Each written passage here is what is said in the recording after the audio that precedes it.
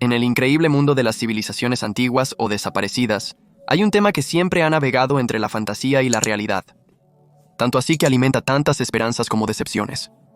Este tema es la Atlántida, ese famoso continente desaparecido, descrito por Platón como un lugar único en el mundo. En la obra Critias, Platón describe la Atlántida como una isla donde las riquezas eran tan abundantes, que proporcionaba todos los metales que se pueden extraer de las minas, todo lo que el bosque puede dar de materiales útiles para el trabajo de los carpinteros, que alimentaba en abundancia a todos los animales domésticos o salvajes gracias a las inagotables fuentes de frutos. Aunque este tema ya se ha tratado de diferentes maneras en el canal, hoy quiero compartir con ustedes una nueva línea de reflexión que estará relacionada con la Atlántida. Con un sitio conocido por los apasionados, pero casi desconocido para el público en general, este sitio es Göbekli Tepe, en Turquía. Para quienes no conocen Göbekli Tepe, está ubicado en Turquía, cerca de la frontera con Siria. Se trata de un sitio prehistórico del Neolítico, cuyos orígenes se remontan al 10º y 9º milenio antes de Cristo.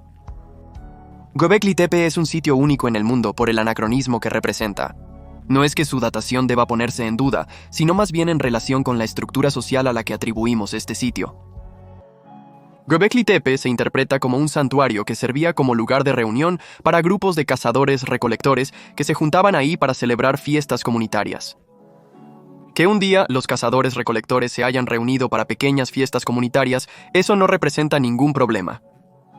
Sin embargo, las habilidades técnicas y el desarrollo social en el año 10.000 a.C., tal como los concebimos hoy, no deberían haber dado lugar a sitios como Göbekli Tepe.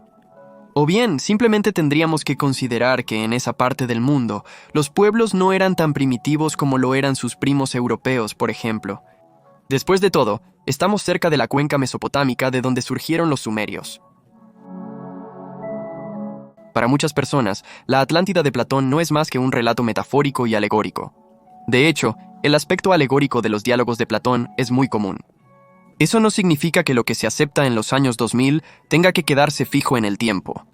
Seríamos la fachada, un inflado de pecho moderno, donde los hombres están convencidos de ser superiores a sus predecesores y de que son la versión más avanzada de la evolución. Entonces, en sí mismo, no es necesariamente un vicio moderno, es una mentalidad que se puede encontrar desde hace mucho tiempo. Sin embargo, hay que tener en cuenta que, en su época, algunos estaban convencidos de que la Tierra era plana. Sin embargo, la historia ha demostrado que estaban equivocados.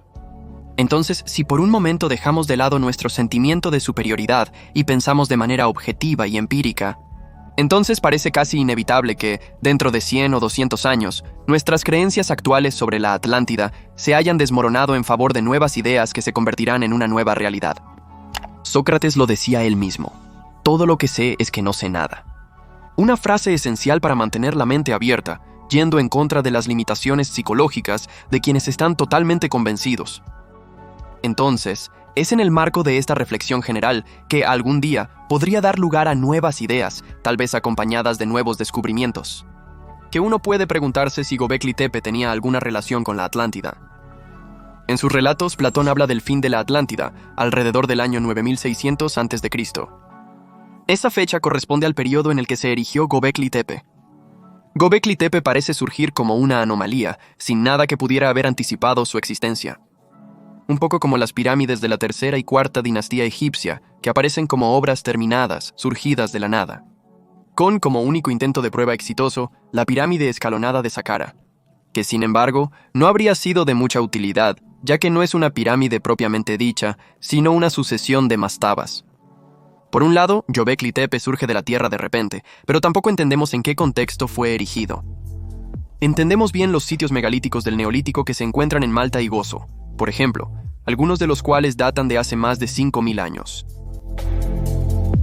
También entendemos bien Stonehenge, que data de aproximadamente la misma época.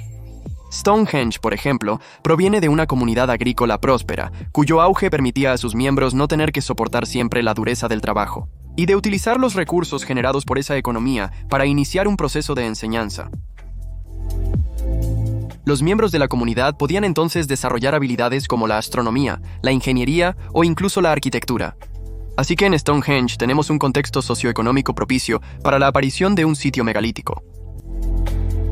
Pero Göbekli Tepe, de todos modos, es 7.000 años antes de Agarkim en Malta o Stonehenge en Gran Bretaña.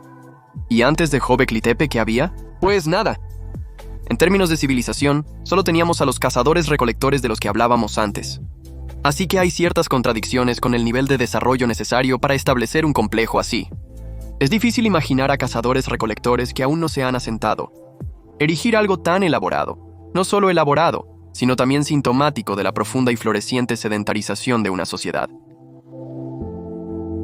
Debo admitir que usé deliberadamente el ejemplo de los templos malteses, porque allá, al igual que en Göbekli Tepe, los sitios actualmente están cubiertos por una gran carpa de protección. Eso es un pequeño paréntesis. ¿Y para Stonehenge? Bueno, también es porque permite poner en perspectiva Göbekli Tepe y su magnitud. Por muy grandioso que pueda ser Stonehenge, hoy estimamos que con lo que queda por desenterrar en Göbekli Tepe, la superficie total del sitio sería 50 veces mayor que la de Stonehenge. Así que estamos ante un sitio megalítico importante que, por ahora, apenas supera la superficie de Stonehenge. Realmente se puede decir que todo está por descubrirse. También hay un aspecto climático que se debe tomar en cuenta. Si nadie realmente se había asentado en la región, probablemente era porque era demasiado hostil para el desarrollo de una vida equilibrada y tranquila.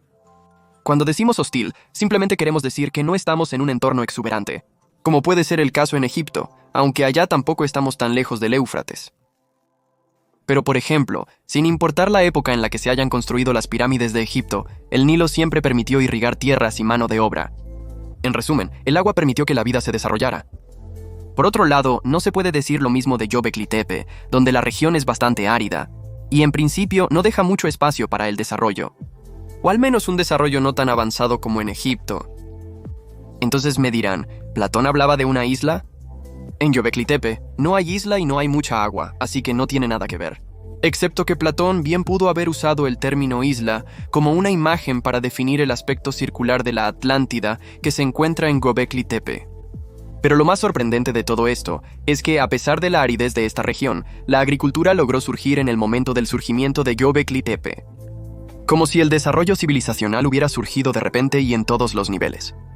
También hay que entender que Göbekli Tepe es el lugar en la Tierra donde los seres humanos pasaron primero, de cazadores-recolectores a grupos sedentarios que producían su propio alimento mediante la agricultura.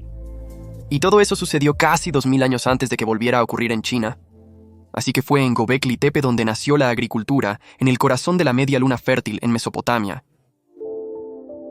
Es ahí donde podríamos hacer una conexión con la Atlántida, o mejor dicho, con la desaparición de la Atlántida, para ser más precisos. ¿Y si Göbekli Tepe fuera el resultado de los sobrevivientes de esa inmensa cultura desaparecida? La expresión del genio humano encontrada en Göbekli Tepe tendría sus orígenes en los restos de una civilización que ya dominaba la construcción, que ya dominaba los megalitos, que ya dominaba la astronomía. Porque Göbekli Tepe es el primer sitio arqueológico orientado de norte a sur. Y para terminar, que ya dominaba la agricultura y la ganadería, como se entiende por las representaciones grabadas en la piedra caliza del complejo. Todo esto fue documentado en detalle por el Instituto Alemán de Arqueología y el Instituto de Arqueología Prehistórica de Nuremberg, en Alemania, dirigido por el fallecido Klaus Schmidt. Pero exactamente, ¿por qué habría terminado la Atlántida? Cualquiera que haya sido la causa, y aunque se pueda debatir y argumentar de diferentes maneras, hay algo que permanece cierto.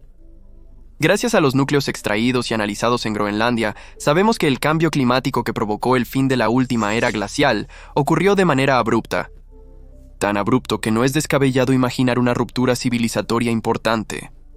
Y cuando digo ruptura civilizatoria, por supuesto me refiero a todos, ya sea que se trate de los posibles atlantes o, para los más escépticos, simplemente de los hombres que estaban en la Tierra en ese momento.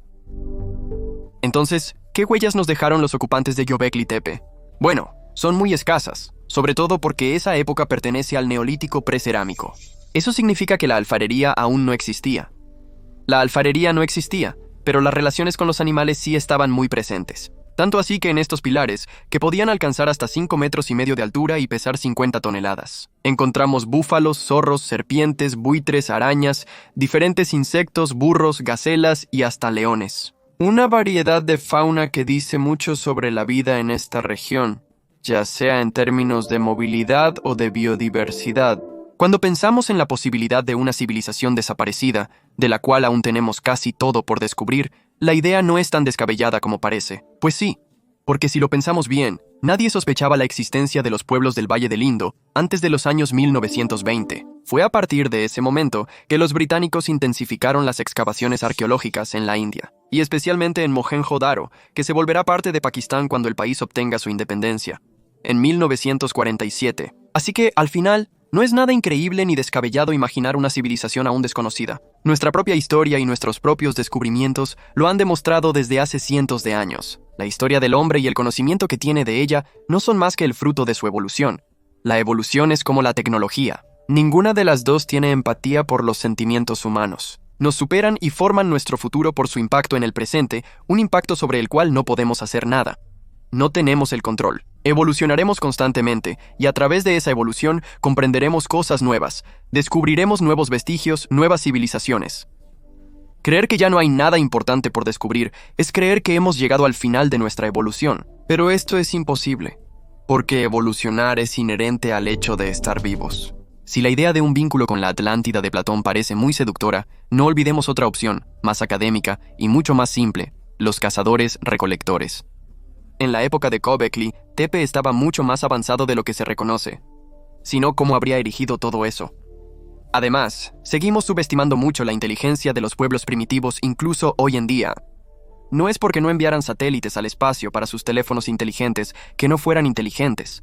Incluso podríamos decir que ellos son más inteligentes que nosotros.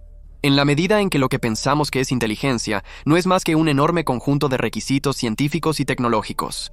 Muy lejos de las leyes que rigen nuestra naturaleza con la que estos pueblos estaban y aún están en simbiosis.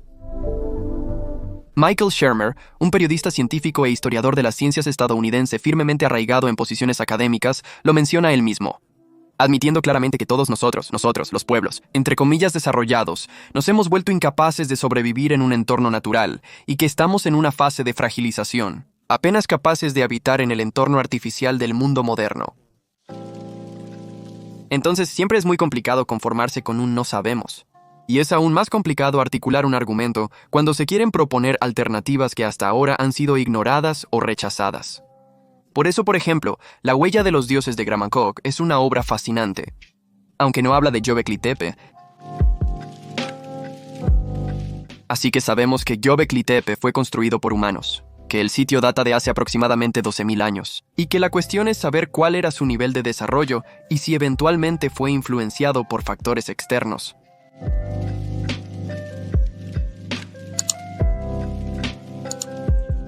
Hay que admitir que si las fechas coinciden exactamente con las propuestas por Platón para la Atlántida, el nivel de desarrollo que acabo de mencionar respecto a Göbekli Tepe podría parecerse también al que describió el filósofo griego. Pero a pesar de todo, sigue siendo complicado para nuestro cerebro proyectarse y comprender bien la antigüedad de este sitio. Así como es complicado entender el nivel de sofisticación de las pinturas de Lascaux, que tienen casi 20.000 años de antigüedad. La antigüedad de Göbekli Tepe es asombrosa.